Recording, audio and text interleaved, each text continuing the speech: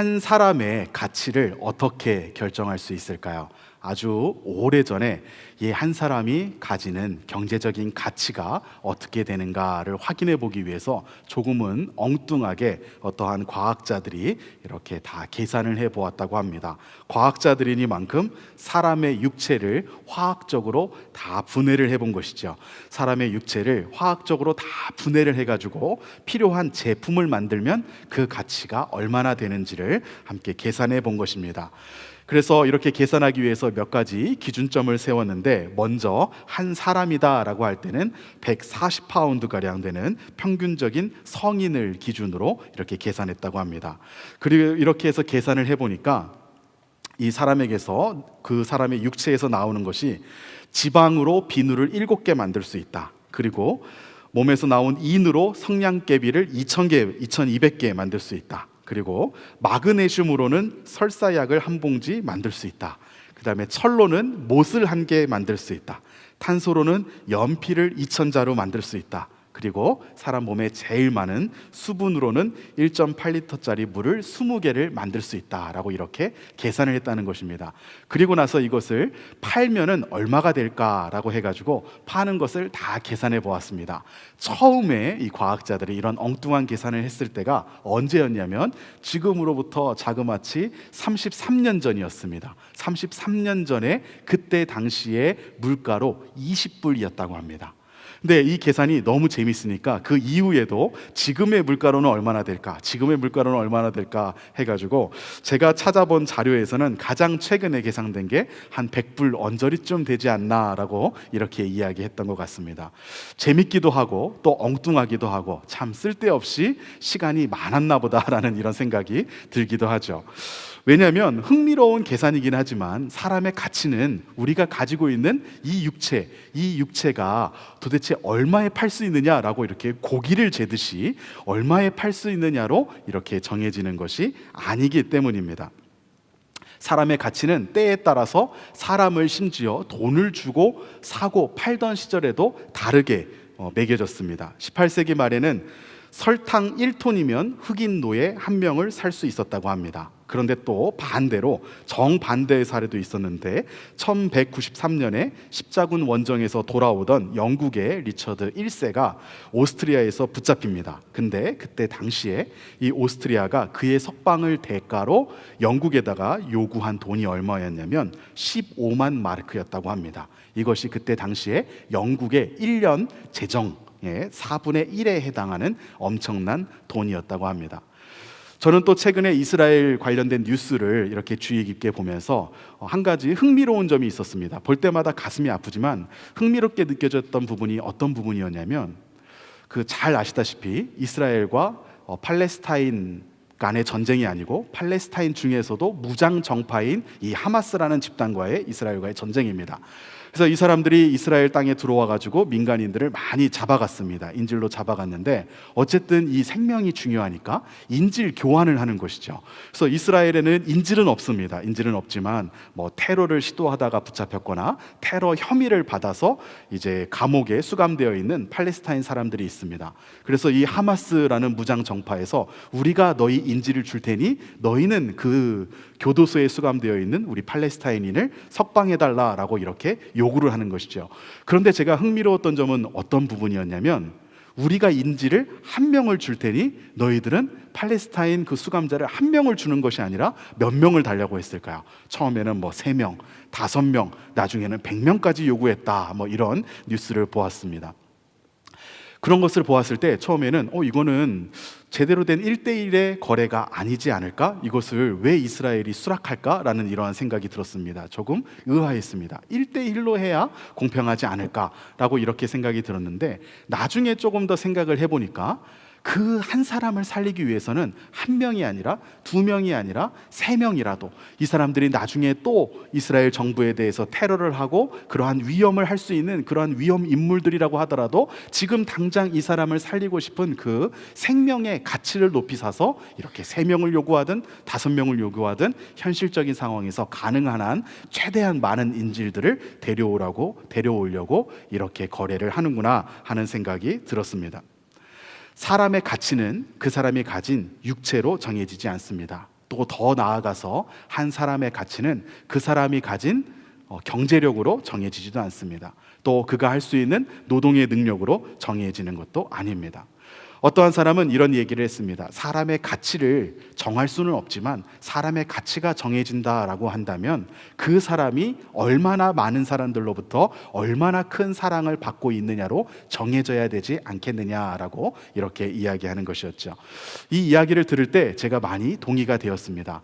우리 모두는 다 누군가로부터 큰 사랑을 받는 사람들이고 또 누군가에게는 아주 귀중한 존재입니다. 이렇게 생각하면 단 한 사람도 이 세상에 귀중하지 않은 존재는 없죠. 나는 누구로부터 아무리 생각을 해보아도 큰 사랑을 받은 적이 없다라고 이렇게 이야기할 수도 있겠지만 사실 모든 사람들은 하나님으로부터 아주 큰 귀한 사랑을 받았습니다. 하나님께서 한 사람을 위하여서, 한 영혼을 위하여서 그의 아들을 보내시고 그의 아들을 죽게 하셨기 때문입니다. 그래서 한 사람의 가치가 어떠한 사랑을 받느냐로 정해진다고 한다면 모든 사람들의 그 자신의 가치는 바로 하나님의 목숨의 가치다라고 이렇게 이야기할 수 있을 것입니다. 그래서 우리는 한 영혼이 천하보다 귀하다라고 이야기하는 것이죠. 저희 한국에 있는 침례교회에 어린이들이 공부하는 성경 공과가 있습니다. 그 공과의 제목이 뭐냐면 예수님 짤이에요. 꽤 오래된 공과입니다. 제가 학교를 다닐 때부터 이 예수님 짤이라는 공과를 가지고서 아이들이 공부했었습니다. 근데 이 예수님 짤이라는 제목을 듣는 순간 너무 참 제가 좋았습니다. 그리고 이 제목을 정말 잘 지었다라는 생각이 들었어요. 우리가 어떤 물건을 살 때 이것의 가치를 매길 때 이것이 얼마짜리냐, 500원짜리냐, 1000원짜리냐 이렇게 이야기할 텐데 나는 얼마짜리냐라고 한다면 예수님을 주고 나를 사셨기 때문에 나는 예수님 짤입니다 라는 이러한 의미에서 예수님 짤이라고 이렇게 이름을 붙여준 것이죠. 그래서 참 많이 동의가 됐고 종종 지금도 하나님께서 우리에게 베풀어 주신 사랑을 생각한다면 이 제목이 떠오릅니다.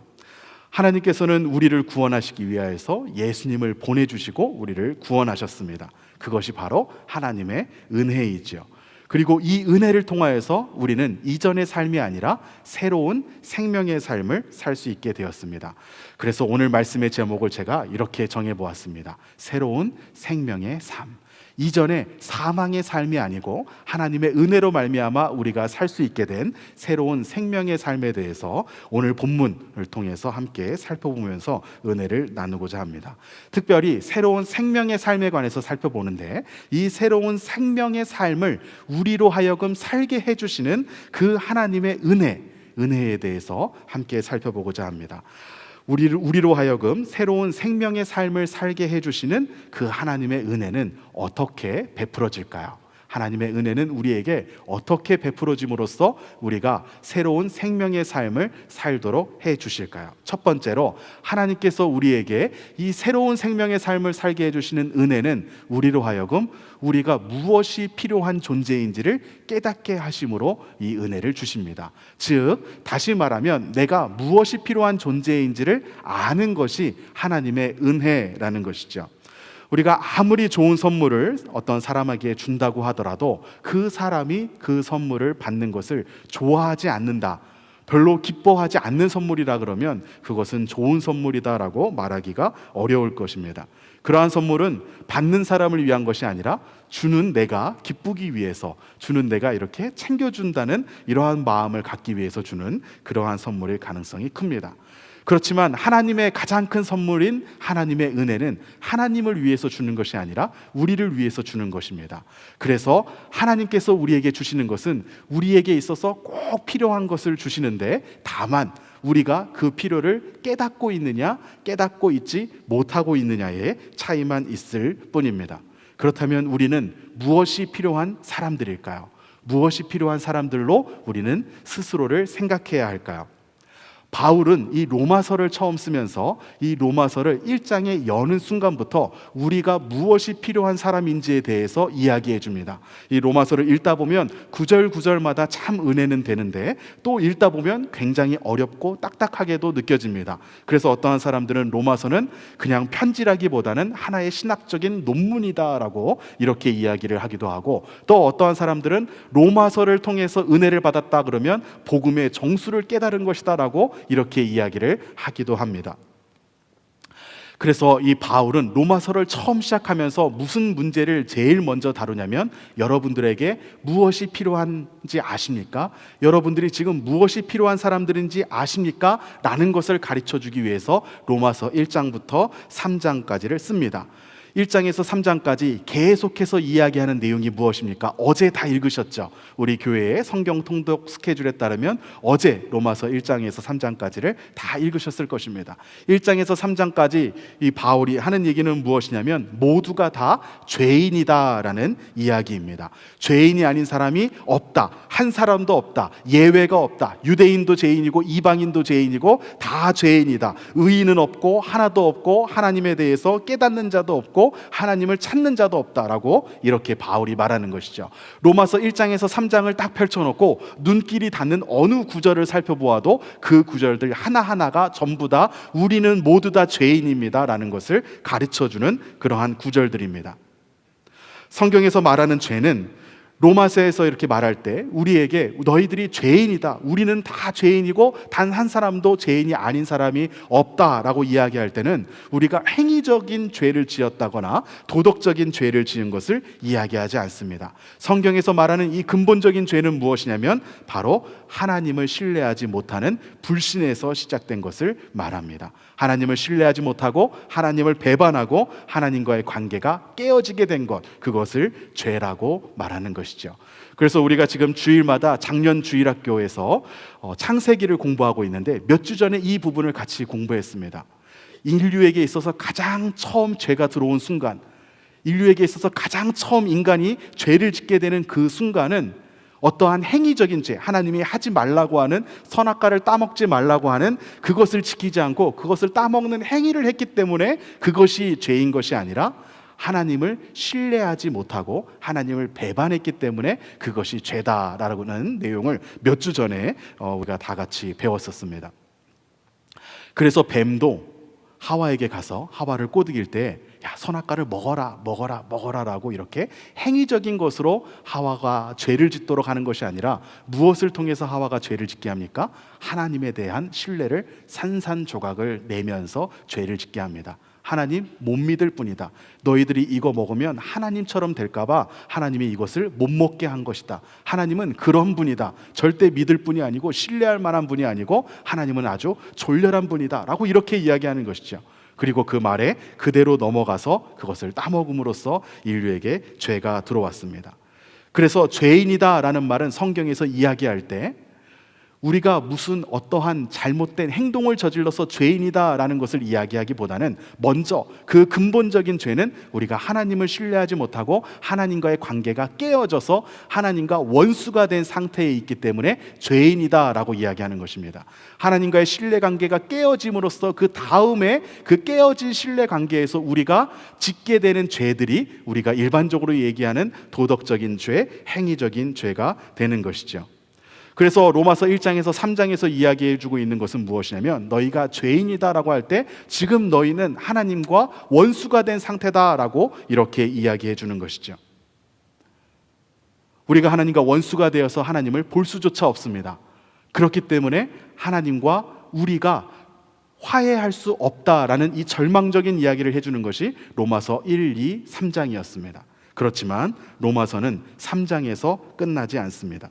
바로 뒤 이어지는 4장과 5장을 통해서 바울은 희망적인 이야기를 해줍니다. 우리는 죄인이고 하나님과 원수가 되어서 우리가 하나님 앞에 손을 내밀어서 화해를 하고 싶어도 그렇게 할 수조차 없는 상황, 그러한 절망적인 상황에 놓여 있는데 4장과 5장에서 이야기해 주는 것은 무엇입니까? 하나님께서 우리에게 손을 내밀어 주셨다라고 하는 이 이야기를 해주는 것이죠. 하나님께서 우리에게 손을 내밀어 주신 것이 무엇입니까? 바로 로마서 5장 10절에 이렇게 잘 기록되어 있습니다. 같이 읽어보겠습니다. 시작. 곧 우리가 원수 되었을 때에 그의 아들의 죽으심으로 말미암아 하나님과 화목하게 되었은즉 화목하게 된 자로서는 더욱 그의 살아나심으로 말미암아 구원을 받을 것이니라. 모든 사람들이 하나님과 원수가 되어 있었다고 합니다. 그런데 이 원수가 되어 있던 것을 화목하게 하기 위하여서 하나님의 아들이 오셔서 죽으시고 그것을 통하여서 하나님과 화목하게 할 수 있게 해 주셨다라고 이야기하는 것이었죠. 그래서 바울은 이렇게 이야기하는 것입니다. 로마서 1장에서 3장을 통해서는 우리가 무엇이 필요한 자들인지에 대해서 이야기했다면 4장과 5장에서는 무엇을 이야기합니까? 그 필요한 것을 하나님께서 주셨다라는 것을 이야기하는 것입니다. 이 관점을 가지고서 오늘 저녁에 어제와 오늘 읽었던 로마서 1장부터 오늘 읽은 본문까지를 다시 한번 읽어보십시오. 그러면 이 이미지가 훨씬 더 아주 분명하게 들어올 것입니다. 그런데 어떠한 사람들은 우리가 하나님과 화목해야 된다는 이 필요조차 알지 못하고 살아가는 사람들이 많이 있습니다. 전도를 많이 해보셨습니까? 전도할 때 계속해서 전도하다 보면 이 전도를 받으시는 분들이 종종 하는 이야기가 있습니다. 똑같습니다. 10년 전에도 그렇고 5년 전에도 그렇고 오늘날도 아마 비슷한 말들을 하실 것 같아요. 계속해서 전도하다 보면 처음에는 잘 받아주는데 어느 정도 시간이 되면은 이제 귀찮은 거야. 그러면 이렇게 이야기합니다. 나 이대로 나 좋은 대로 살다가 지옥 갈 테니까 신경 꺼주세요. 그리고 또 어떤 사람은 또 조금 더 해학적으로 이야기합니다. 천국에 가면 아주 지루하고 재미없을 것 같아. 지옥에 가면 그래도 뜨거움도 있고 그러니까 나는 추위도 많이 타고 해서 지옥이 더 잘 맞을 것 같습니다. 이렇게 하면서 아주 비꼬면서 복음을 전하는 것을 아주 필요 없는 것처럼 이렇게 이야기하는 것이죠. 얼마나 안타까운지 모릅니다. 이런 말씀을 할 때에는 그것이 그냥 재밌기도 하고 농담조로 이렇게 그냥 넘기는 것이기는 하지만 사실 하나님의 은혜가 필요하다는 것을 전혀 알지 못하고 있는 것이죠. 아직 로마서 3장까지도 넘어오지 못한 상태입니다. 그런 사람들에게 바울은 로마서 1장에서 3장을 통해서 우리가 무엇이 필요한 존재였는지를 알려주는 것이죠. 지금 이 자리에 있는 여러분들은 다 그 필요를 깨닫고서 하나님의 은혜를 받으신 분들이라고 생각합니다. 우리가 부족한 것은 사실 문제가 안 됩니다. 하나님이 채워주시기 때문입니다. 우리가 약한 것도 사실 문제가 되지 않습니다. 하나님께서 우리를 강하게 해주시기 때문입니다. 내가 살아가는 삶 가운데서 어떠한 어려움을 당하는 것, 그것도 문제가 되지 않습니다. 하나님께서 넘어가게 해주실 것이기 때문입니다. 우리의 삶과 우리의 신앙에 있어서 정말 큰 문제는 무엇이냐면 나에게 있어서 내가 필요한 것, 하나님의 은혜를 받아야 되는 어떠한 그 필요조차도 못 느끼고 있는 것이 정말 큰 문제입니다. 하나님의 도우심을 구할 필요도 없이 내 삶이 너무나 평탄하다. 하나님 앞에 엎드려져서 간구하면서 외치지 않아도 될 만큼 내 삶은 너무나 풍족하고 나는 그냥 은혜를 누리고 있다. 과연 그것이 은혜 안에 거하고 있는 삶일까요? 우리는 날마다 하나님 앞에 우리 자신을 비추어가며 어떠한 부분에서 하나님의 은혜가 필요한지 그것을 깨닫고 하나님 앞에 간구해야 될 줄로 믿습니다. 바로 이 신앙의 원리를 통하여서 하나님께서 우리로 하여금 새로운 생명의 삶을 살도록 인도해 주셨습니다. 날마다 하나님 앞에 은혜를 간구하는 삶이 귀한 복된 삶입니다. 날마다 하나님 앞에 우리의 필요를 알고 하나님 앞에 그것을 위하여서 기도하는 삶이 복된 삶입니다. 하나님께 그러한 요청을 할 수 있는 그러한 믿음의 삶을 사시기를 주님의 이름으로 축복합니다. 자, 두 번째로 새로운 생명의 삶을 살게 해주시는 하나님의 은혜는 어떠한 모습으로 우리에게 나타날까요? 어떠한 모습으로 이 은혜는 우리에게 베풀어질까요? 두 번째로 바로 그리스도와 연합하여 죽게 하시는 것으로 우리에게 은혜가 베풀어집니다. 하나님은 우리에게 은혜가 필요하다라는 것을 알도록 하기 위해서 율법을 주셨습니다. 로마서 5장 20절 말씀을 같이 함께 살펴보겠습니다. 시작. 율법이 들어온 것은 범죄를 더하게 하려 함이라. 그러나 죄가 더한 곳에 은혜가 더욱 넘쳤나니. 여기서 율법이 들어와서 범죄를 더하게 했다라는 말은 율법이 우리로 하여금 죄를 더 짓게 만들었다라는 이런 말이 아닙니다. 율법이 없을 때는 죄가 죄인 것도 몰랐는데 율법이 오고 나니까 이게 내가 잘못한 거였네, 이것도 죄였네, 이것도 죄였네, 이것도 죄였네라는 것을 깨닫게 된다는 것이죠. 그래서 율법이 들어온 것은 범죄를 더하게 하려 함이라 라고 이렇게 이야기하는 것입니다. 그러나 그 뒤에 부분이 좀 많이 오해가 됩니다. 죄가 더한 곳에 은혜가 더욱 넘쳤나니. 여기서 말하는 것은 우리가 죄를 더하면 죄를 더 지을수록 하나님의 은혜를 더 크게 받는다라고 이렇게 이야기하는 것이 아닙니다. 우리가 율법을 통하여서 우리의 죄가 무엇인지를 더 분명하게 알수록, 우리가 율법을 통하여서 우리의 죄를 우리 스스로 해결할 수가 없고 우리의 죄를 해결하기 위해서는 피 흘림이 있어야 된다는 것, 우리의 죄를 해결하기 위해서는 우리가 하나님 앞에 죽을 수밖에 없다는 것을 알면 알수록 우리의 죄가 더 분명하게 드러나고 죄 때문에 우리가 할 수 있는 것이 아무것도 없음을 분명하게 알면 알수록 그 가운데서 은혜가 더욱 넘친다라고 이야기합니다. 이 은혜가 바로 우리가 조금 전에 살펴보았던 내가 무엇이 필요한지를 아는 하나님의 은혜인 것이죠.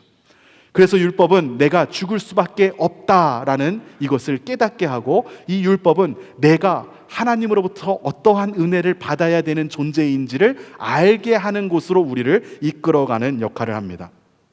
그래서 율법을 통해서 우리의 죄를 정확하게 보게 되면, 그러면 우리는 또 다른 좌절에 빠질 수밖에 없습니다. 왜냐하면 우리의 죄를 죽음으로밖에 해결할 수 없다라고 이렇게 말하기 때문이죠. 피 흘림이 없은즉 죄사함이 없다라고 이야기했습니다. 처음에 죄가 들어올 때부터 하나님께서 말씀하신 것이 무엇이었습니까? 이것을 먹는 날에는 내가 반드시 죽으리라 라고 말씀하셨습니다. 그래서 이 죄는 다른 것으로 갚을 수가 있는 것이 아니고, 이 죄는 죽음으로밖에 갚을 수가 없습니다. 죽어야지만 갚을 수 있는 것이 죄인 것이죠. 그래서 율법을 통해서 나의 죄를 알게 되고, 율법을 통해서 이 죄의 대가가 무엇인지를 알게 되면 좌절할 수밖에 없는 것입니다. 내가 할 수 있는 것이 없기 때문에, 나의 필요는 알았다고 하더라도 내가 할 수 있는 것이 없기 때문에 좌절할 수밖에 없는 것이죠. 그래서 우리는 할 수 없으니까 이 로마서 4장과 5장을 통하여서 바울은 그렇게 이야기했습니다. 하나님께서 독생자를 보내주셔서 너희로 하여금 하나님과 화목하게 했다. 화평을 누리도록 했다. 그 화평을 누리면서 살아라 라고 이렇게 이야기했는데, 이렇게 이야기하니까 이제 사람들이 그것을 잘 이해하고 참 감사하다라고 이렇게 은혜를 깨닫는 사람들도 있었겠지만, 또 오해를 하는 사람들도 있는 겁니다. 아까 읽었던 우리 로마서 5장 20절 말씀처럼 이렇게 죄를 더하면 우리가 더 많이 사함을 받는 거니까 더 큰 은혜를 받는 것이겠네, 이렇게 오해하는 사람들이 있었던 것이죠. 그래서 바울은 로마서 6장과 7장을 씁니다. 이 6장과 7장은 지금까지 했던 이야기들 중에서 이 복음을, 하나님께서 은혜를 베풀어 주시는 방식을 오해해서 잘못 생각할까 봐 6장에서 한 가지 문제를 다루고 7장에서 한 가지 문제를 다루어 주는 것입니다. 그래서 어떠한 사람들은 이 바울이 하는 이야기 가운데 로마서 6장과 7장은 괄호와 같다라고 이렇게 이야기도 합니다. 그래서 로마서 5장을 읽고 8장으로 넘어가면 훨씬 더 자연스럽게 연결된다는 것이죠. 논리적으로는 자연스럽게 연결되지만 5장까지 이야기했던 그 하나님의 은혜를 오해할 수 있기 때문에 6장과 7장을 넣어서 이렇게 설명을 해준다라고 이야기합니다. 어떠한 오해입니까? 어떠한 오해이냐면 바로 죄를 하나님께서 그냥 공짜로 다 해결해 주신다고 하니 죄를 더 많이 지으면 은혜가 더하는 것이 아니냐라고 이렇게 생각하는 오해인 것이죠. 그런데 이것은 잘못 생각한 것입니다. 왜냐하면 죄를 하나님께서 그냥 사해 주시는 것이 아니라 죽음으로 사해 주시는 것이기 때문입니다. 하나님께서 우리에게 새로운 삶을 허락하시는 그 하나님의 은혜의 차원은 무엇이냐면, 죄로 인해서 우리가 죽어야만 하지만 우리가 직접 죽지 않고 예수님께서 죽게 하셨습니다. 예수님께서 죽으셨는데 그 죽으심이 나의 죄를 없애게 하는 그 능력을 갖게 되는 이유는 무엇이냐면, 그분의 죽음이지만 내가 그리스도와 함께 연합했기 때문입니다.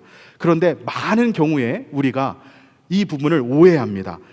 예수님이 죽으시고 내가 예수님과 연합했다라고 이렇게 생각해야지 하나님께서 베풀어 주신 은혜와 복음에 대해서 우리가 오해를 하지 않습니다. 그런데 이것을 한 단계 뛰어넘어서 이 과정들을 아주 간단하게 이야기해서 나의 옛사람이 죽는 것으로 간단하게 이야기한다면 많은 오해가 생깁니다. 그래서 성경에서 이 로마서에서 바울은 이렇게 이야기합니다. 아주 정확하게 이야기하는데요. 6장 4절 말씀을 같이 함께 보겠습니다. 시작. 그러므로 우리가 그의 죽으심과 합하여 침례를 받음으로 그와 함께 장사되었나니 이는 아버지의 영광으로 말미암아 그리스도를 죽은 자 가운데서 살리신과 같이 우리로 또한 새 생명 가운데서 행하게 하려 함이라. 여기서 말하는 것은 너희가 죽은 것이 아니라 그리스도가 죽었다라고 이야기합니다. 너희가 죽으면 다시 살지 못하지만 그리스도가 죽으면 다시 산다. 그래서 너희의 죽음으로 너희의 죄값을 치를 수도 있지만 그러면 죽어야 되기 때문에 하나님의 아들의 죽음으로 죄값을 치르고 너희는 그분과 함께 연합하여서 그 죽음이 너희의 죽음이 된다라고 이야기합니다. 절대 우리는 죽지 못합니다. 나를 죽이려고 하면 계속해서 실패할 수밖에 없습니다. 다 죽였다라고 생각해도 어느 날 갑자기 옛날의 그 성격이 다시 나옵니다. 예수님 만나기 전의 모습이 다시 나옵니다. 또 다 죽인 것처럼 옛날의 모습이 나오지 않고 다 죽어 있는 것처럼 그렇게 되었다고 하더라도 그 사람 마음 안에서는 또 다른 차원의 옛사람이 살아납니다. 나는 이렇게 다 죽였는데 너희들은 왜 이렇게 못하냐라는 이러한 자기 의와 정죄하는 마음들이 생겨나는 것이죠. 나를 죽이는 방식은 언제나 실패할 수밖에 없습니다. 그렇게 내가 나를 죽이려고 계속해서 하다가 실패하면 어느 순간에는 그러한 생각이 드는 것이죠. 더 이상 죽이기 싫은 것입니다. 더 이상 죽이기 싫고 매번 실패했고 어차피 또 죄를 짓게 될 것, 이렇게 생각하는 것이죠. 그냥 죄가 더하면 은혜도 큰데, 이런 생각도 하게 되고, 또 죄를 더해도, 우리가 좀 죄를 더 짓는다고 하더라도 그냥 편하게 살아도 어차피 한 번 구원은 영원한 구원이라면서 우리가 뭐하러 더 열심히 살아야 되고, 뭐하러 하나님의 제자가 되기 위해서 애써야 되고, 뭐하러 성경을 공부해야 되고, 뭐하러 신앙생활을 똑바로 해야 되겠느냐라는 이러한 생각이 드는 것이죠. 계속해서 나를 죽이는 데에 실패하기 때문입니다. 그래서 바울은 오늘 본문을 통해서 그렇게 이야기하는 것이죠. 너희가 죽은 것이 아니라 그리스도가 죽은 것이다. 그래서 우리는 무엇을 신경 써야 되느냐? 나의 옛사람을 죽이는 것에 대해서 신경 쓰지 않아도 된다는 것이죠.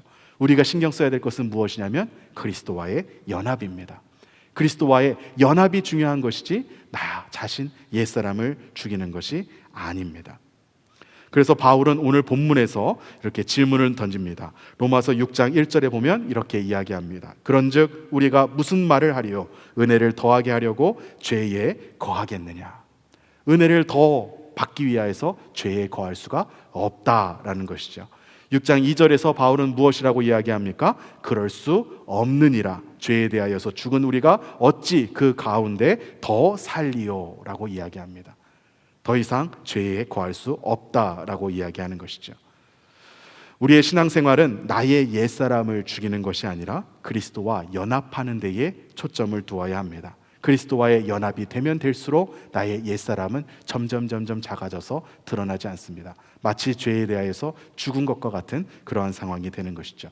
그렇지만 그리스도의 연합이 아니라 그냥 나의 옛사람을 죽이려고 하면 이것은 신앙생활이 아니라 자기 수련에 불과할 수도 있습니다. 우리는 교회에서 성경을 읽고 하나님의 말씀을 배우고 또 하나님의 말씀대로 살기 위하여 살아가면서 나를 수련하는 것이 아니라 그리스도와 연합하기 위하여서 애쓰는 그러한 삶을 살아야 합니다. 날마다의 삶 가운데서 하나님과의 연합을 깊이 있게 체험하시기를 주님의 이름으로 축복합니다. 사랑하는 우리 플라워마운드 교회 성도 여러분, 우리는 지금 사순절 기간을 보내고 있습니다. 이 사순절이라는 시간은 우리를 살리기 위하여서 죽임을 당하신 예수님의 보혈을 묵상하는 그러한 시간입니다. 이 기간을 보내시면서 나를 구원하시기 위하여서 나에게 새로운 생명의 삶을 살도록 허락하시기 위하여서 은혜를 베풀어 주신 그 하나님의 은혜를 마음 가운데 깊이 새기는 그러한 시간 되시기를 축복합니다. 우리의 삶 가운데 우리가 구원받아야 할 필요가 있는 하나님의 은혜가 필요한 그러한 존재임을 알게 해주신 하나님의 은혜, 그리고 또 그리스도와의 연합을 통하여서 나로 하여금 그리스도와 함께 죽고 다시 살게 하신 그 하나님의 은혜를 날마다 기억하시는 그러한 삶을 사시기를 주님의 이름으로 축복합니다. 우리 같이 마음을 정돈하고 하나님 앞에 이 찬양을 함께 올려드렸으면 좋겠습니다. 예수님께서 지셨던 거친 십자가에 대한 찬양입니다. 익숙한 찬양은 아니지만 이 가사를 참 이렇게 묵상하면서 찬양하면 참 많이 은혜스럽습니다. 예수님께서 지셨던 그 거친 십자가를 주님의 피가 타고서 흘러내려서 강물처럼 흐르게 되었고 그 보혈로 인하여서 우리를 깨끗하게 만들어 주셨음을 고백하는 이러한 찬양입니다. 이 찬양을 하나님 앞에 올려드리시면서 우리의 마음을 하나님 앞에 결단하시기를 원합니다. 주님의 은혜로서 살 수 있도록 하나님 허락하여 주시옵소서.